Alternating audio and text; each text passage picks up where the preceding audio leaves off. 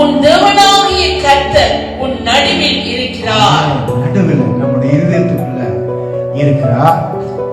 அவர் வல்லமை உள்ளவர். நமக்குள்ள இருக்கிற தேவன் வல்லமை உள்ளவர்.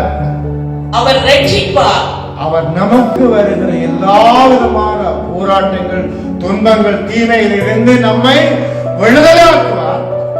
அவர் உன் பேரில் சந்தோஷமாய் மகிழ்ந்து தம்முடைய அன்பின் நிமித்தம் அமர்ந்திருப்பார். உன் பேர்ல சந்தோஷமாக மகிழ்ந்து நம்மை தேவன் பார்க்கும் போது அவருக்கு மகிழ்ச்சியாக இருக்கும்.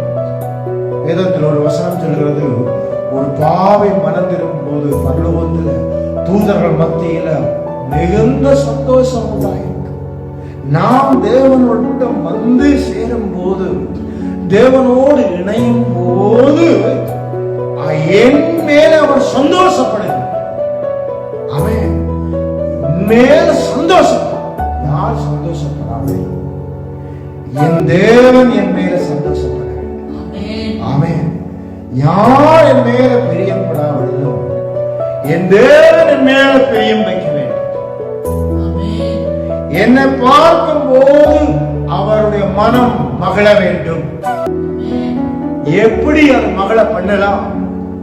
அவருக்கு கீழ்ப்படியும் போது மகிழ பண்ணலாம். அவரை நாம் கனம் பண்ணும் போது மகிழ பண்ணலாம். அவருடைய சித்தத்தை செய்யும் போது மகிழ பண்ணலாம். அவரை நாம் ஆராதிக்கும் போது மகிழ பண்ணலாம். இந்த சரீரத்தை அவருக்கு உகந்த ஜீவ பலியா, இந்த சரீரத்தில் உலகம் ஆளாதபடிக்கு, எந்த சித்திமங்களும் ஆளாதபடிக்கு, நம்முடைய சுய விருப்பங்கள் ஆளாதபடிக்கு, நம்முடைய சுய காரியங்கள் ஆளாதபடிக்கு நம்மை அவருடைய பலிபீடத்தில் வைத்து நாம் வாழும் போது அவரை நாம் மகிழ பண்ணலாம். ஆமென். நம்மை அலக்களிக்கிற காரியத்தை அப்புறப்படுத்தும் போது அவரை நாம் மகிழ பண்ணலாம். அவரை ஆராதிக்காமல் திருடுகிற காரியங்கள் எல்லாம் தூர அவைகளை எறிந்துவிடும் போது அவரை மகிழ பண்ணலாம்.